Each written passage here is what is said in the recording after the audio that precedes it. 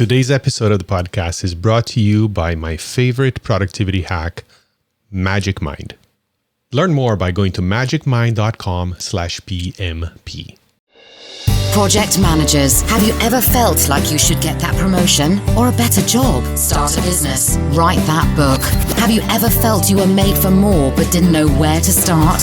Welcome to the PM for the Masses podcast with your host, Caesar Abaid. Learn from the experts. Think outside the box. Have a voice, network, and be extraordinary. PM for the Masses podcast.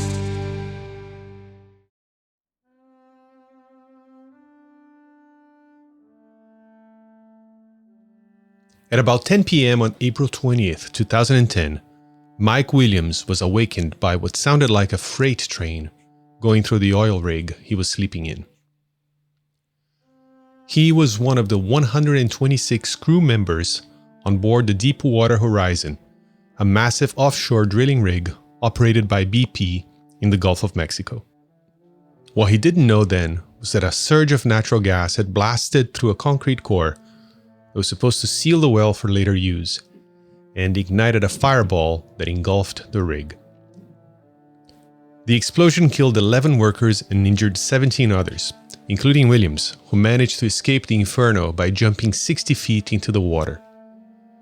He was one of the last survivors to leave the rig, which sank 2 days later, unleashing the largest marine oil spill in history. For the next 87 days, oil gushed from the damaged well, spilling about 210 million gallons of crude oil into the Gulf of Mexico, affecting wildlife, marine ecosystems, and coastal communities along hundreds of miles of shoreline. The disaster triggered a massive response effort involving thousands of workers, hundreds of vessels, and dozens of aircraft. It also sparked a public outcry, a political scandal, and a legal battle that lasted for years. Today, we're going to talk to Mark Woeppel, the project manager who led the largest and most complex oil spill response in history. He will share with us his insights on how to manage a project under extreme uncertainty, pressure, and scrutiny, and what he learned from the DeepWater Horizon oil spill.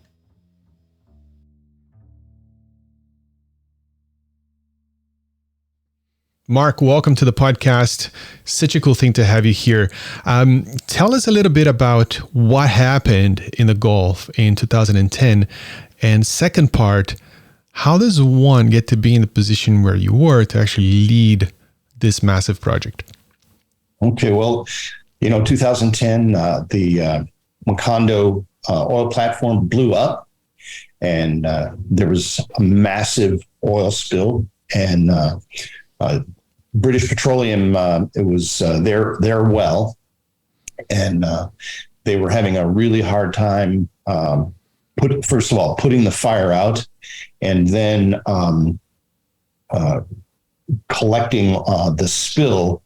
And in that process, they had probably 15,000 vessels that responded to the spill to pick up the oil, gather the oil in a spot where it could be to prevent the oil from the slit from expanding.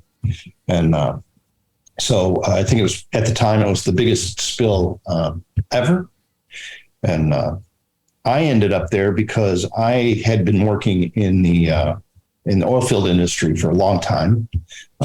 And there was this guy at BP, Clint Wood. He was responsible for the critical materials. He was a supply chain guy. And I had worked on a project with FMC Technologies on another project that was kind of upside down, and we helped turn that around. And he was no longer with FMC. Now he's at BP, and he remembered me. And I was, like everyone else, I'm watching it on the TV, and I'm going, wow, this is terrible. And I get a phone call from Clint, and he says, hey, listen, can you meet me here Monday morning? I want to talk about how we can increase the supply of certain components. So, this is a Friday. So I'm like, yeah, I can do that. Get on a plane. And essentially what we had to do at the beginning was figure out how to get more boom. Now, what boom is it's like a swimming pool needle with a noodle with a curtain on it. And what it does is it contains oil. So these big, long, they're towed behind boats and everything to contain a spill. And they had cornered the market for boom and for oil skimmers, boats, stuff like that. And they needed more. They thought they would need more. So I pulled together a team, and we sent people all over the U.S. to work with these, actually all over the world, to work with these companies and help them increase their throughput, increase their capacity. And that was a very successful thing. And then the oil was capped, the well was capped, and they invited me to help them. They saw that how we can make things go faster. And so they said, well, can you help us with this? And at the time they had, like I said, they had about 15,000 vessels under contract, and they were spending tens of $millions a day on this fleet. And they couldn't release the fleet back into the Gulf because they had been contaminated with the oil. So the Coast Guard, the U.S. Coast Guard, put in a restriction, said, all these boats are contaminated. They can't go back in the Gulf until they're decontaminated. And that's how I ended up on that. Okay. So it was kind of an emergency situation. So it's not like there was a business case for this project with a project charter and, environmental approvals and all that. It was just like, let's jump off the cliff and build the airplane on the way down type of thing. That was pretty much what it was. That's exactly what it was. Unlike other projects, most projects, it's like, how can we make this go faster? How can we get more of this? And, our job was to get this mess cleaned up and screw it into the ground as quickly as possible. So the mission that we had was make it stop. Get as many vessels cleaned up, clean up the payrolls so we don't stop spending money. And at the same time, was very safety oriented. It was like, we want to do this, but nobody's going to get hurt. So we had this, those were the two main objectives. There was no spending constraint. It was more like, just make it stop and don't make sure no one gets hurt. And so when we first started, we were like, okay, well, where are all the vessels? Well, we don't know. Okay. Okay. What do we do with the vessels once we find them? Okay. We had to figure out a process for that. And then there was, okay, well, how do we prioritize? Do we prioritize, which vessels get done first, and, how is that done?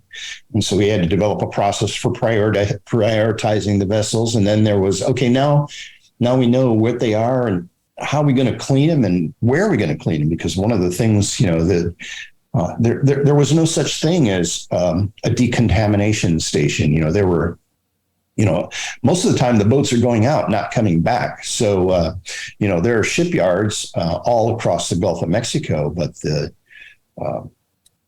there was no process to find the vessel, bring it in, decontaminate it. And, we needed a place to do that. So what happened was that BP had found sites across the Gulf of Mexico from Miami on the east to Houston on the west. There are probably 20 different sites along the Gulf of Mexico. And the constraint, the constraint after that was, okay, now how much space do we have at each location? Because, the space is not infinite. And a lot of the cleanup is really simply guys with pressure wands and Kim wipes, just cleaning up the oil. And so we had to figure out, okay, well, what happens when the vessel comes in and how many people do we need? And, oh, by the way, some of these people have to go inside the vessel, into the sea chest. And, so there's a hazmat procedure to make sure, guys get lowered into the belly of the ship with their wand and dressed in, not Kevlar, but these specialized suits. I can't remember the name of it. Well, it's confined spaces protocol, right? Yeah, the confined spaces protocol. That was the most significant thing. Was the most hazardous. The exterior of the vessel wasn't too not that hazardous. They were on boats with pressure wands, and they had booms to contain the runoff. And what they would do is they'd pull the vessel up to the dock. If there was any oil, they would pump it off into a truck, and it would be hauled away. Any of the boom would be taken to another station that was near the dock, and they had set up special decontamination areas for taking care of that boom and cleaning the boom. And our job then was, after all of that, after we had the process, was how do we make it go faster? And so we had teams, and I say we, Pinnacle Strategies, my company, we had teams at all the different decontamination sites. And it was like doing Kaizen events every single day. Every single day they were figuring out, okay, what we can do? How can we go faster? What are the obstacles? What can we do to improve the rate of vessel decontamination? And in that process, we had to come up with another process of how do we manage the work, considering that we had the headquarters was in Mobile, Alabama at the beginning. And so you're trying to manage all these sites, these remote sites. And at the same time, you've got everybody breathing down your neck, the media. We had Coast Guard personnel in HQ that were there, physically there every time. So, they were reporting to the admiral, they were reporting to the chairman of the British Petroleum, and then dealing with all the media stuff. So it was an intense amount of scrutiny, and the tempo was just incredible. Guys working, 12, 15, 16 hours a day, every day for, gosh, I can't remember, 6 months. It was just the crazy fast tempo, and how can we make it go faster? How can we make it go faster? How can we make it go faster? And we ended up, they built a company from 0 to about 3,000 people, back down to 0 in the space of, I think it was eight or 9 months. I can't remember the exact duration. Wow. So, yeah. To answer your question, I feel like I rambled a little bit there. No, that's good. There's just so much in there that, and I know when we're close to the story, it's easy, maybe a bit easier for you to see how all those kind of fit together. But you mentioned Kaizen, and at some point you just, we figured this out. We need to just do it faster. So, but I'm curious as to, and then you have the media asking questions, and you have the military, and you have government, you have BP, and you have people writing checks and things like that. So, how do you prioritize what's the measure of success here on a daily basis? I know we have to go as fast as possible, but what is the speed? Go ahead. The measure of success was the rate of vessels that were decontaminated. And so, if you think about, so that's kind of the rate of vessel decontamination was the primary metric, but also the health, safety, environmental, which was also, no one was allowed to get hurt. And, so they were like, we had to kind of work within that confine, and we had to deal with the environmental aspect too. I mean, we are dealing with hydrocarbons, and hydrocarbons don't belong inside the Gulf of Mexico. So we had a lot of containment operation that we had to do, constraints. Now, if you think about this, our approach was, all right, well, how do we manage this? And the thought was that we would operate it like it was a giant factory, right? Mm-hmm. So where each site was its own machine or its own work center. So from a global standpoint, we had the prioritization to say, okay, this vessel goes here because they've got more dock space. This vessel goes here because they've got a graving yard so they can take the vessel out of the water, those kinds of things. So we've got, at that high level, we're managing, which vessel is going to go where? And then once And then at the yard itself, there's another process. A sub-process is, okay, once it arrives, how do you dock it? How do you, what's the procedure for, doing the inspection? And we would actually do a preliminary inspection before it got to the yard, so we kind of knew what was coming. And then once it's in the yard, what is the procedure? If it's got a wooden deck, you got to remove the deck. Then there's the washing down. If you've got enclosed space, you have to manage that. And, a lot of that stuff, we decided that the constraint, that the element that was going to govern the rate of decontamination was going to be the space at the dock. So some places we could put up 3 or 4 vessels, some places we could only put 1 vessel. And what we did is we managed that time at the dock very closely, very close. So that was the critical dive down to the bottom. That's the bottleneck. We're going to manage that. And so we created a set of metrics around the time spent at the dock. So we had this global metric of, all right, what's the rate of vessel decontamination? And then we had micro metrics that were predictors of that. And that was, how much time was lost. We had this time, this is sort of an efficiency measurement. How much time did the vessel sit there with no one working on it? How much time did they spend on the vessel? Those kinds of things, with the idea of we drive down that time that it spends on the dock, we can then increase the rate of decontamination. So we had our teams were measuring, creating these measurements. We're using, nothing fancy, just Excel.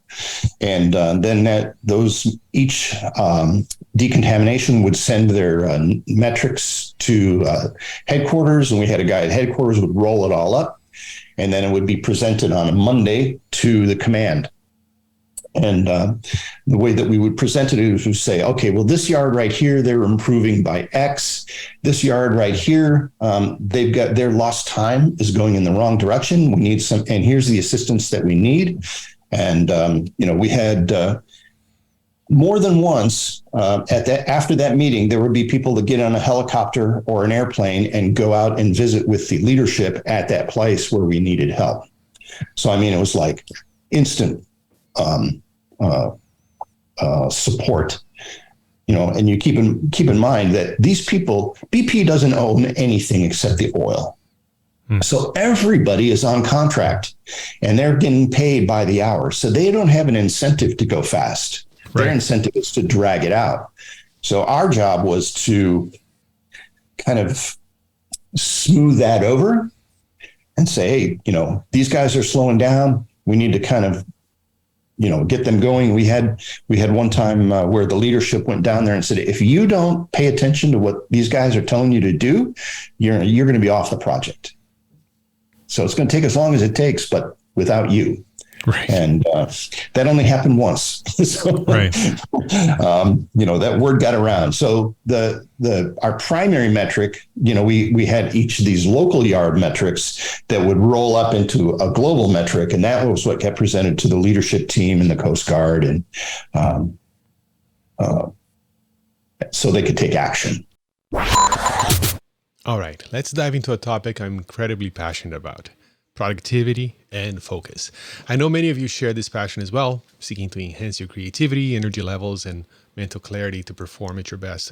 Listening to podcasts is a good example. You're trying to better yourself and be more productive. So I recently encountered a pretty remarkable product that has transformed my daily routine and really solved this constant struggle with maintaining focus and energy levels throughout the day.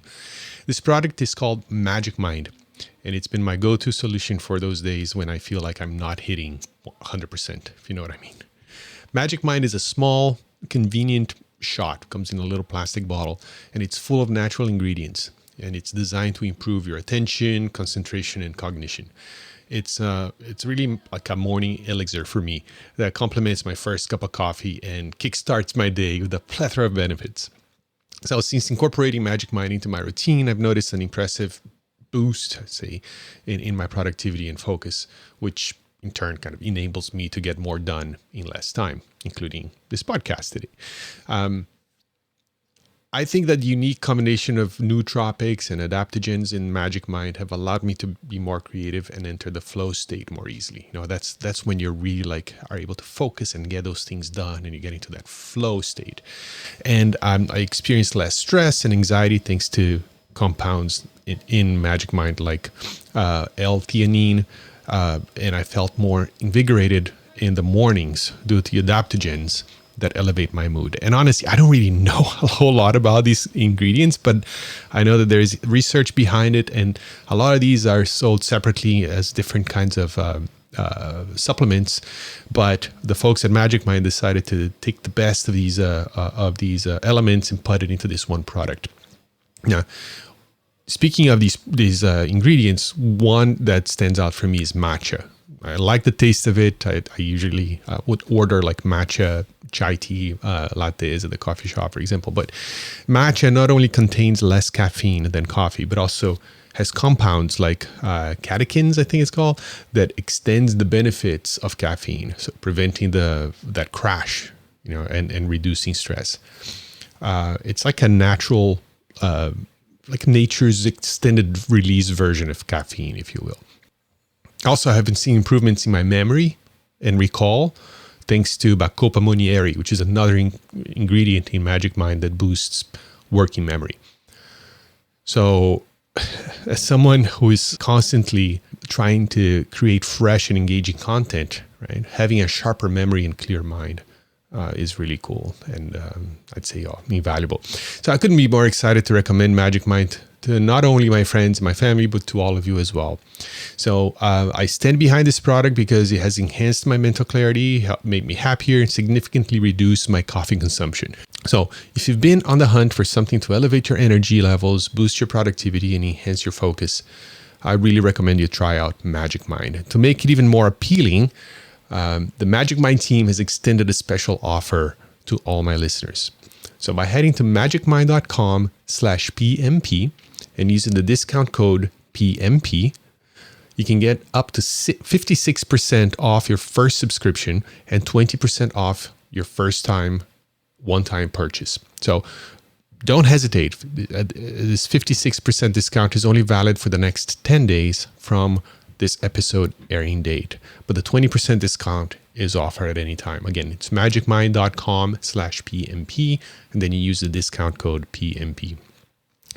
I know this may sound too good to be true, and I've got some feedback because I've mentioned this product before. I got some feedback from you saying that this sounds like it's fake. It's not, okay? I really encourage you to try and experience the benefits of Magic Mind firsthand. And remember, it's not just about boosting energy. This is not an energy drink, okay? It's about enhancing your overall mental well-being and achieving optimal performance every day. Okay? And this is something that I haven't mentioned this here very much, but I have ADHD and I take medication for it. And so this is part of my everyday struggle, like trying to figure out, how to stay focused, and it's part of my life, and I can really attest to the effectiveness of this product. So don't forget to check out magicmind.com/PMP and use the discount code PMP to embrace a more focused, productive, and energetic life. Can't wait to hear about your transformative experiences with Magic Mind. And as always, thank you for joining me on this journey. Let's continue to explore and share insights to lead a more fulfilled and focused life. This offer and more details are also linked in the episode's description. So go to pmfromthemasses.com, search for this episode, and you find the links there. And I'm thrilled to share this little secret weapon to all of you. Now, back to Mark. This reminds me of a wartime effort because it is the way I'm understanding this. It's like a temporary redirection of resources in which like budget is not so much a concern. You just need to win this in a short amount of time, and you have these resources, and how do you pull them together? And it's interesting to see when budget is kind of out of the question. How is it that we humans, and especially project managers, organize the resources that are seemingly and infinite, in a way to optimize the result. And it's fascinating to see how things shake out. And this is a great example of, I often talk about the incentives, right? And so if you need to really tweak the incentive to get the result that you want from teams sometimes. And that's a big problem in government jobs, construction, the naval industry as a whole. Is that it's by the hour, and also contracts were won by lowest bidder, and then there's an interest in expanding the work with change orders and all that, all incentives that go against the final objective of the project, and not to mention unions and all those different constraints there. So maybe we can talk about some of those. Like you have the government. You said you presented to command. Is that government? Who is in charge of all this? And then how much freedom do you have to change those incentives as you go? Because I can imagine that could be very difficult, especially if there's contracts involved and all that. Well, at this point, what we had is, because it had so much scrutiny, and of course, it's out in the Gulf of Mexico. The command structure, they were only interested in one thing. All right, they weren't interested in saving money because they weren't spending it. It didn't cost them any money. So what they were interested in was, are the vessels fully decontaminated? Mm-hmm. What's the process for doing that? How do we know that for sure that the vessels have been decontaminated? So from an alignment standpoint, the leadership was, we had an admiral from the Coast Guard was kind of overseeing it, and then he had his staff there. And then you had the guy that was in charge of the cleanup from BP. And these were the two main guys. And then they had all their staff, working in IT, working in payments and so forth to organize that. The big thing here in terms of the incentives, you're absolutely right. In every project that I've ever worked on, particularly in matrix organizations where maybe they have a centralized purchasing, it's like, okay, my project needs this thing, and I can't get anybody's attention because they're sort of on the project, but they're not on the project. They don't have the same incentive as the project leader. And, that was the way that we overcame that was, the standardized dashboard, the standardized measurement. Everybody had the same metrics. Everybody knew this is the mission. So the mission was crystal clear. Everybody knew what's the measurement of success, what are the constraints, the boundary conditions, and what are the things that we need to do to achieve those metrics. When we had measurement conflicts, all right, so that was one of the things that my team was paying attention to at the local level. So, for example, like I said earlier, we had some managers were dragging their feet or didn't want to do things the way that our process guys were telling them to do it. We had one instance where after the vessel was decontaminated, it had actually I'm not sure who did it, but somebody involved with that boat recontaminated the vessel, and it came back. And boy, that made a lot of people mad. That got a lot of attention because that's essentially fraud, right? Right. But the way that we did that, our guys on the ground were watching the numbers, right? So we had the guys on the ground, the guys that were, we made a little video. We had one of our guys make a video how to decontaminate, built a process and how to decontaminate the vessel, sort of a pit crew kind of a thing. And I'll send you a link to that so you can kind of see that. It's kind of fun. But the conflicts were really more about were identified and broken through the use of this consistent performance management system. Right, which it's interesting how also, I mean, the ultimate goal here is to clean the water, right, and the environment, but that is it's too vague and too open ended. But you basically found a proxy that made sense for everybody on board, and which was the constraint that you had, right? Like, if we could. Instantaneously, let's say, time equals 0 for decontamination, then the total project time would also tend, it's the asymptote, right, towards 0 as well. So how do we minimize that one metric that everybody understands and turn that into a process that we can actually measure? Okay, this is, 5% faster than yesterday, and now we're like, every day now we drop by 1%. Which in the end, it converts to the ultimate goal, but you're focusing on the next thing ahead of you, which is the next vessel that's coming in, and there's no space for it to dock. Exactly. That's exactly right. We knew the behavior that we wanted, and, so our team, they just weren't there with Excel spreadsheets.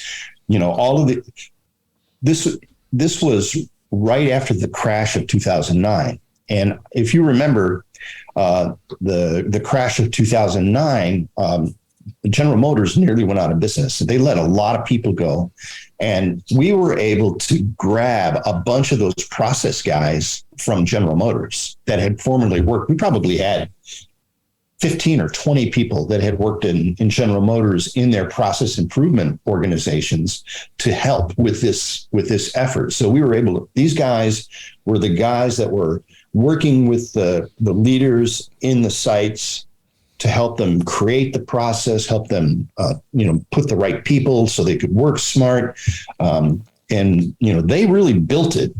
They were, and I've kind of felt bad. General Motors, I had this super team, and General Motors didn't. So their loss, your gain, I guess. It was serendipitous. I think, all those guys now, they're all retired. But they were kind of at the end of their careers since they had been bought out. They had the buyout, and they're just kind of sitting around waiting for something to do. And I would call, I had a network, and I would call people, and then I would say, okay, we need more guys, and they would say, well, I work with this guy and I work with this guy. And, that's how we built our team. We went, I don't know, I think I had like 70 people spread throughout the organization. Across the Gulf of Mexico. So, from my job, I'm the program manager, right? And I'm trying to manage the client relationship, and I'm trying to source people and, make sure that we've got the right people in the right place and deal with disciplinary issues and those kinds of things. And, just keeping people pointed in the right direction. That was my job.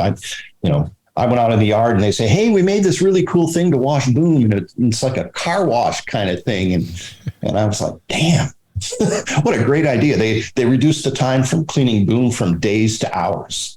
Right. Just because, a bunch of engineers, you put a bunch of engineers in there. Right. Problem solvers.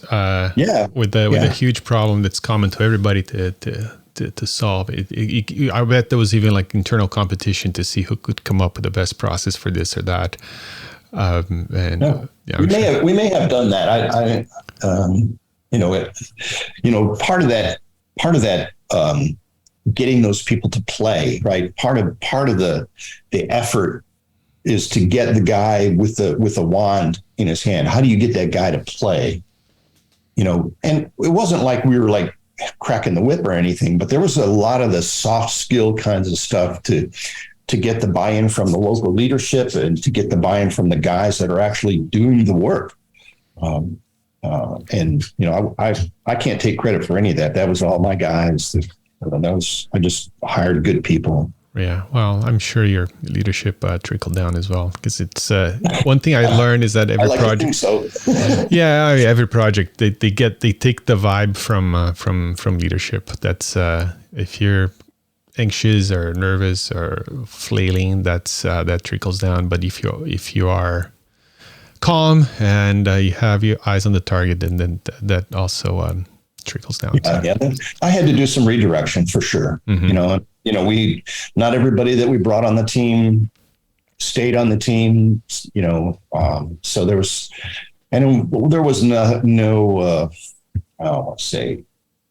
let's just say that some people were taken off the team because they had achieved their role and we didn't have another spot for them.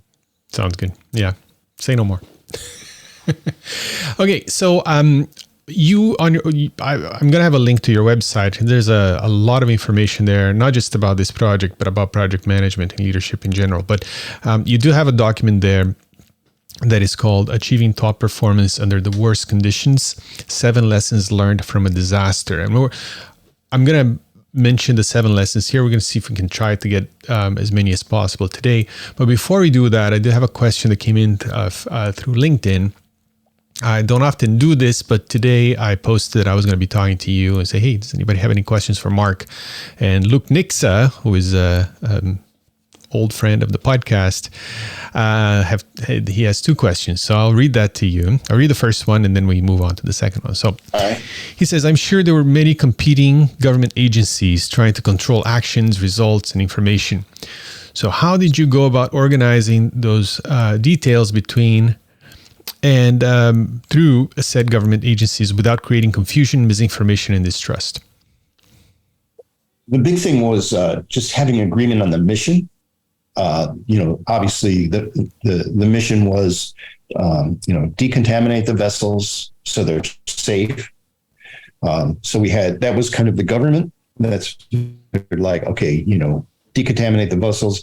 And then on the BP side, it was do it as quickly as possible so we stop spending money, right?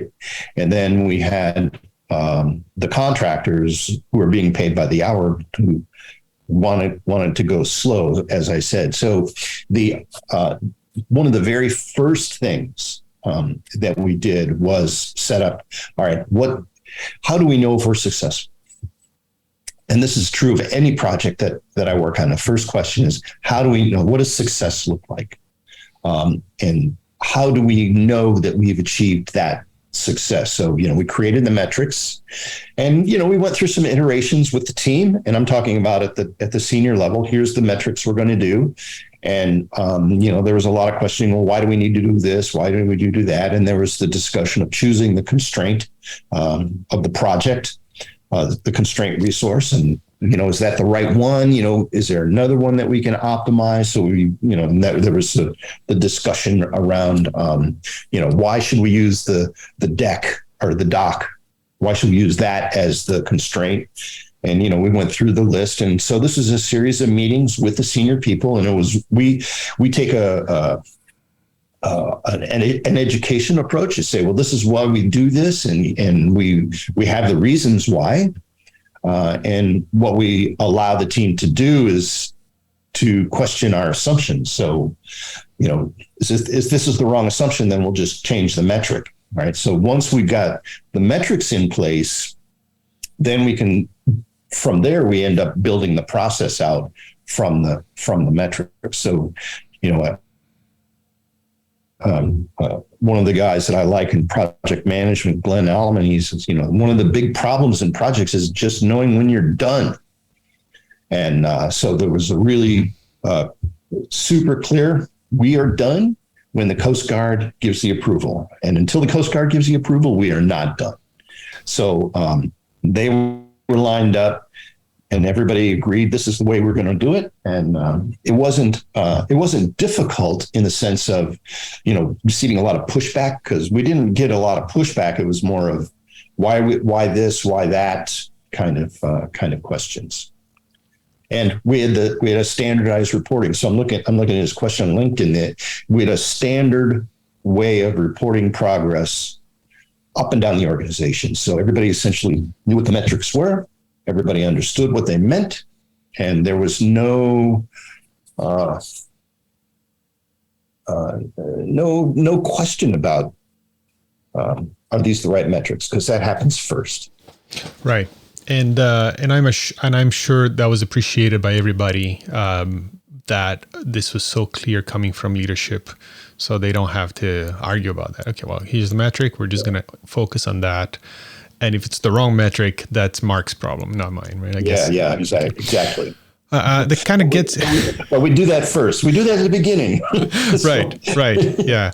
That kind of gets into the second question, the second part of the question. So Luke says, assuming these details are coming from a multitude of responders, service providers, contractors, how was the information gathered, evaluated against other entities' info, and then compiled for release to all stakeholders? And how often did you do that?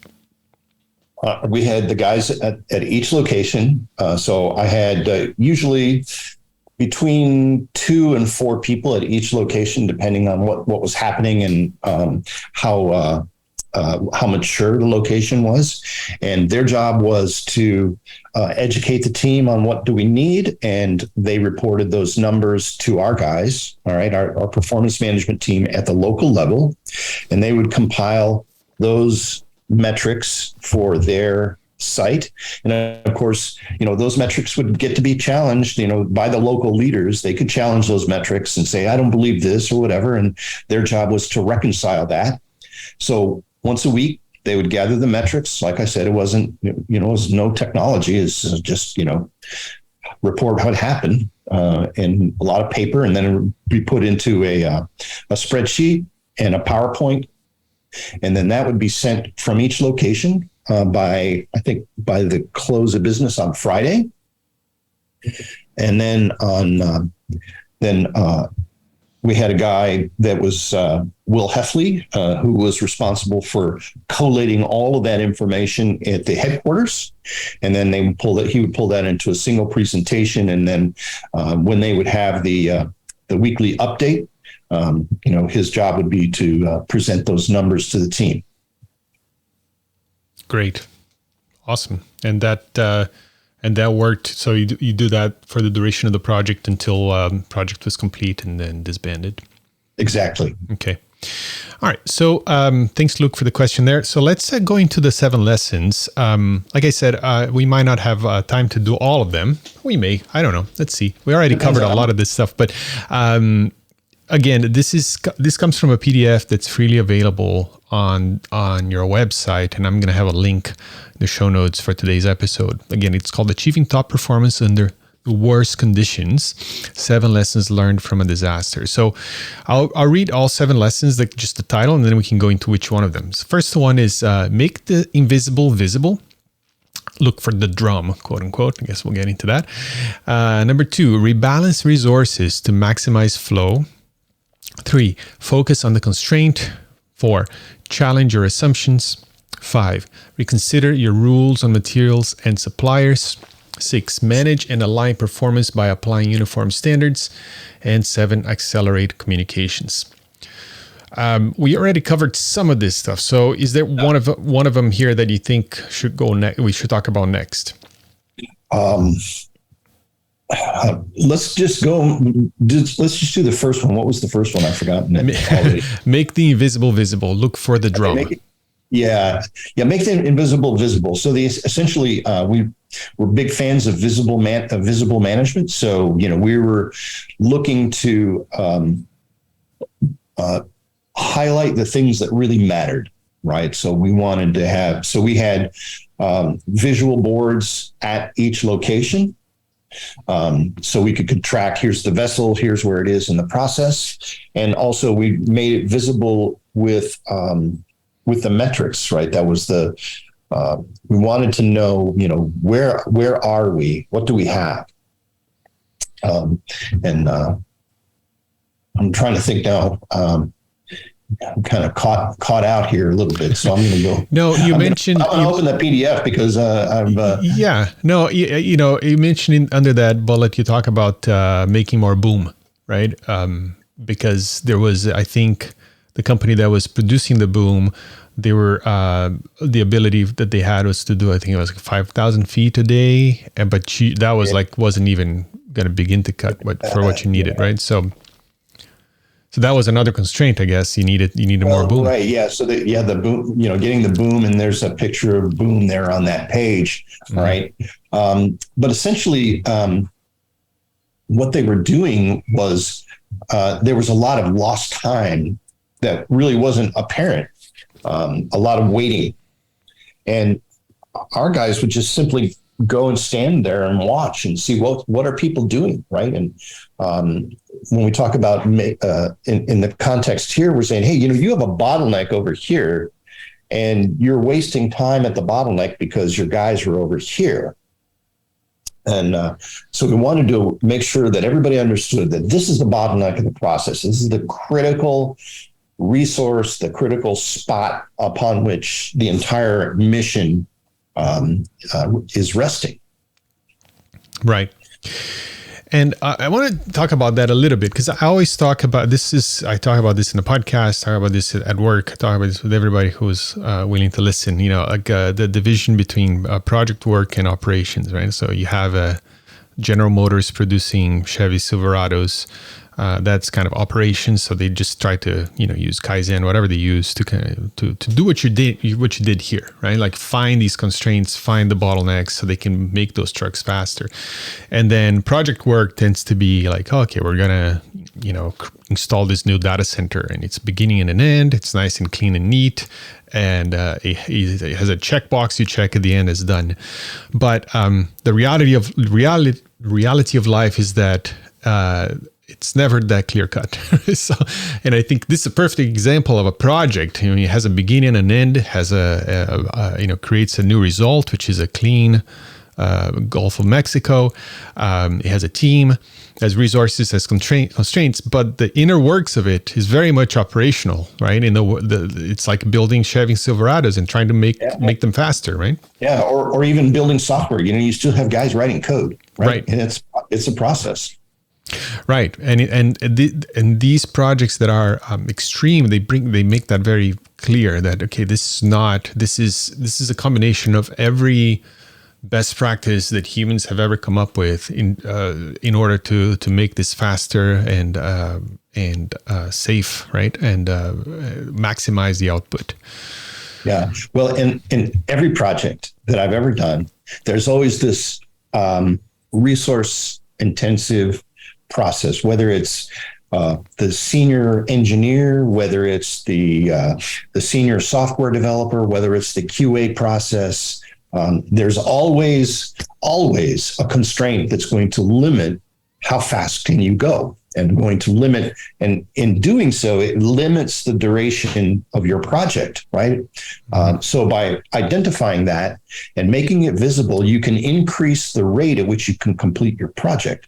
But if you don't know where that is, then you're just bouncing around, and you go to these meetings and say, it's this problem, it's this fire, and you end up chasing your tail and not really getting the team focused on this is the spot right here. We need to focus on this, which leads us to the rebalancing step here, because then we say, okay, if this is the most important place that we need to focus our attention, what resources are we bringing to that spot? Are we bringing our very best? Or do we have do we have the senior design engineer working on this when he could be doing something else? Do we have the most experienced people working here?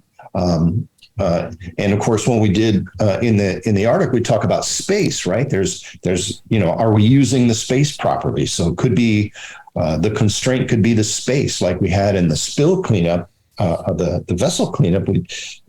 The constraint wasn't people; it was just how many vessels can we work on simultaneously, right? And so all of the resources were balanced to ensure that it spent as little time as possible, right? And I say possible within the constraints of being safe and doing the quality work.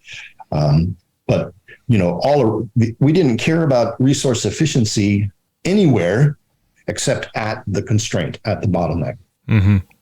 Yeah, and that's the operations equivalent of the critical path in a project, right? You find which task is your best bet for applying more resources and throwing more things at.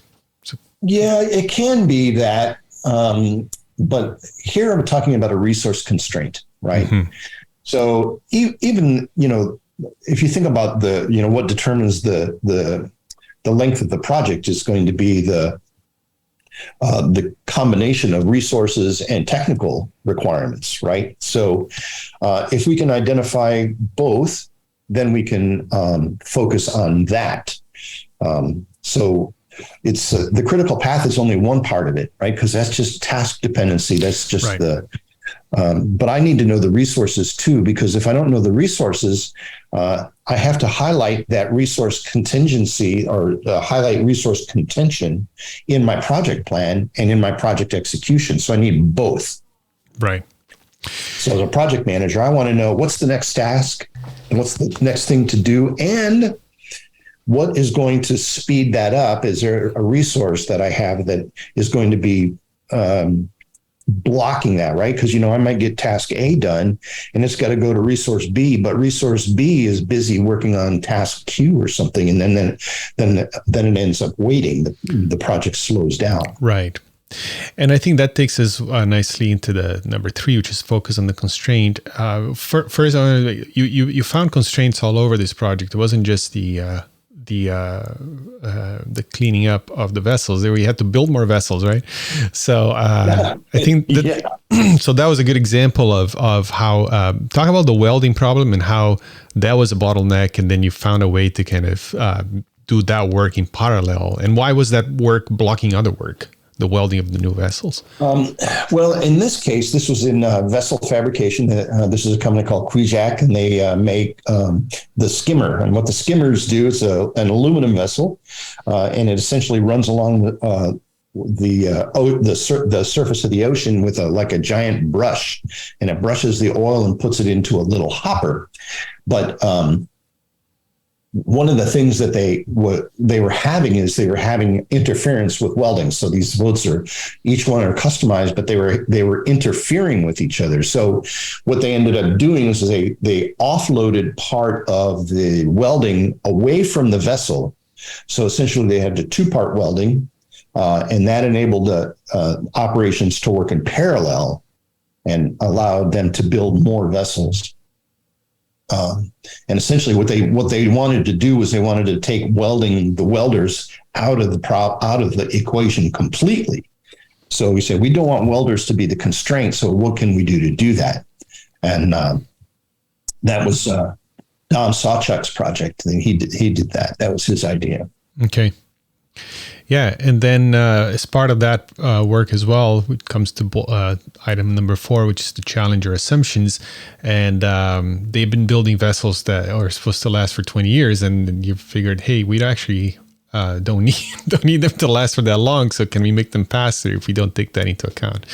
Yeah, and I see that a lot. Particularly in engineered equipment. You have your engineer, and the first time you make this product and you design it to a certain spec, and then the market changes, and then you're making like these super duper heavy duty items, and the market doesn't want that super duper heavy item. They want this other item, and in this case, the question was, well, why are we doing it this way? Well, this is the way, but so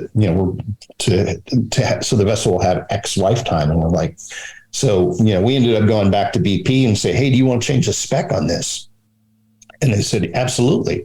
So by challenging the specifications, and essentially when we talk about challenging your assumptions, we challenge everything. Why, in lean manufacturing, they teach you, ask why 5 times. And essentially, there is no right answer, right? But in the example I'm giving in the PDF here, it's just one example. So other examples of challenging your assumptions. Hey, do we have to buy from this supplier? Hey, do we have to buy from, does it have to be a U.S. supplier? We had a guy in Europe that was, hey, can we find another source for this item? Right. And of course, how clean, I got in the paragraph, how clean does it need to be? So a lot of times, if you're going slow, you have to consider over-engineering. Right. And that was that's kind of the idea that I had there. And that kind of goes into number 5, where you consider your rules on materials and suppliers. It's, when we talk about, how do we want to go faster? How can we, rescue this project, where everything is open, materials, design, supplier certification, language requirements. There was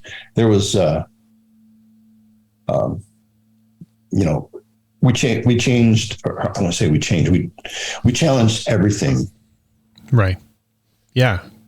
So, very, very interesting. So then there is item 6, which is align performance by applying uniform standards. Can you talk about like keeping records of what you were doing and how that was standardized, so everybody's like documenting things the same way? Yeah, well, we had a template, and every location used the same template with the same metrics. And so when we would onboard a new location, that was part of the onboarding process. Here's our measurement template, and we need you to report X, Y, and Z every day. And here's Bart. Bart is our performance management guy on the site, and he's going to help you. And so a lot of the information was gathered through pieces of paper, and then just collected, hand typed into an Excel spreadsheet. So it wasn't anything super complicated or sophisticated. It was, we did build some IT. All right. There was some databases we built a database, and there was some IT work that was done real early in the project. But from the day-to-day standpoint, it was pieces of paper and email. Yeah. Yeah. As long as it's consistent across everybody, right? And then. Yeah. Everybody had to report the same thing. Right. And that helped us, and that helped the decision process too, right? I mean, you think about, so if I know that everybody has the same metric, the same idea of what is success, they have the same idea of what do I need to do to create success, then what we find is that the decisions at the local level will follow that same template. So when you think about building your management template, you're creating a consistency of decision-making across the organization. And for us, that was super important because heck, they're thousands of miles away from each other. Right. Which takes us to item 7 here, which is accelerate communications. Talk about the morning briefing materials. How important was to get, how long did it take to get like this communication plan in place and being effective? Well, we, from the time that we conceived it, it took a month or two, to really kind of get everybody up on board. Because first of all, you have to go through this. Well, why not measure this or why not measure that kind of discussion? And then there's the, setting up the data collection process and setting up the daily meetings at the site. So each site had a daily meeting, and then they had the weekly meeting at headquarters. So it took, you figure, you're bringing the new guy in, it's going to take him a couple of weeks to kind of get his arms around, because these people that are coming into these sites, you've got the people that are doing the decontamination, you've got the people that are doing, taking the oil away, you've got the people that are doing all of the supplying, supplying all of the materials to do that, the chem wipes, et cetera, the people that are feeding these guys, right. And all of these people, you're bringing these guys together, and, you're setting the expectation and with that daily meeting. And so that was super important. We learned so much about, the value of the daily stand-up, and being super concise in those stand-up meetings. So stand-up meetings are just, here's what we have. Here's, it's similar to a huddle in football, right? It's like, we're not going to analyze the last play. That's not what we're doing. That's not what we're here for. We're here. What are we going to do today? And who's going to do it? And that's the end of the meeting. And those kinds of communications, then if somebody didn't show up or somebody said, hey, I have a problem, then that stuff gets taken offline. So it was a very streamlined, crisp way of communicating what do we need to do and who is going to do it. And I took that idea into developing the Viewpoint Visual Project Management, the project execution maturity model. Great. Well, thanks for that. And before we go, Mark, I just wanted to just ask, for you as a professional, right? For Mark as a person, what was the meaning of this project, and how has it changed you? Well, how can I answer this?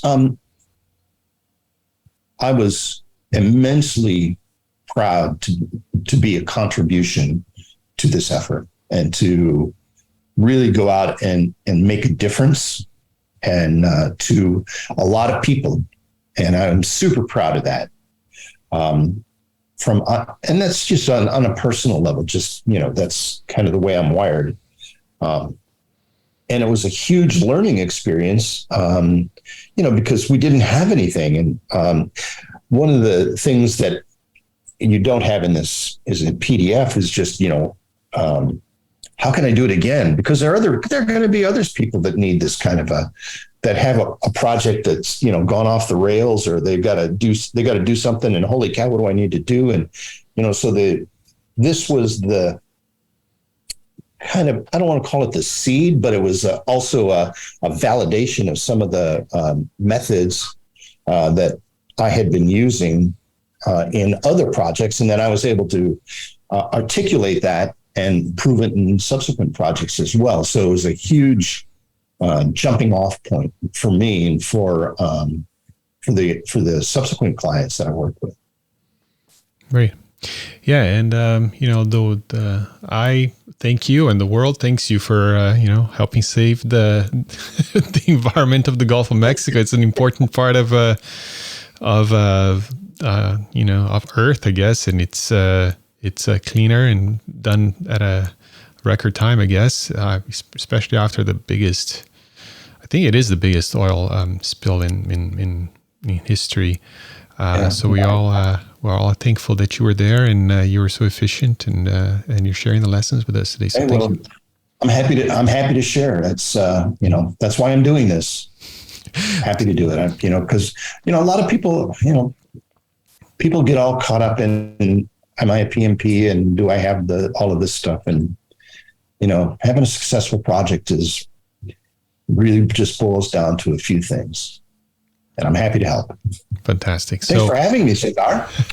No worries. I know once we connected on Twitter or X, whatever it's called now, and I saw your website and things you've worked on and the resources you have available. There are a lot of them for free.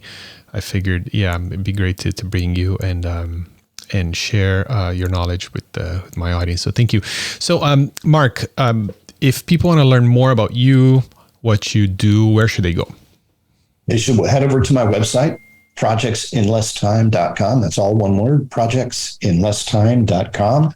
And there's a link to a whole bunch of videos that I've got up there. Of course, I wrote the book called Visual Project Management, and you can get that on Amazon. And, that has a lot more of the theoretical underpinning of the principles that I used in this project and subsequent projects. So find me on Amazon, find me at the website. And I'm holding the book right now. I got it. I started to read. It's really cool. And it's a short read. So recommend everybody taking a look. Visual Project Management, simplifying project execution to deliver on time and on budget. The author is Mark J. Woeppel, and it's been great to have you on the show. I'm going to have links to all these in the show notes for today's episode, which you can find at pmforthemasses.com. Mark, what an honor to have you on, and thank you so much for for generously sharing your time with me and my audience. Hey, thanks for having me, Cesar, and you're more than welcome. Thank you for listening to the PM for the Masses podcast. Tune in next week for more great ideas on how to manage your projects better and truly stand out in your industry. pmforthemasses.com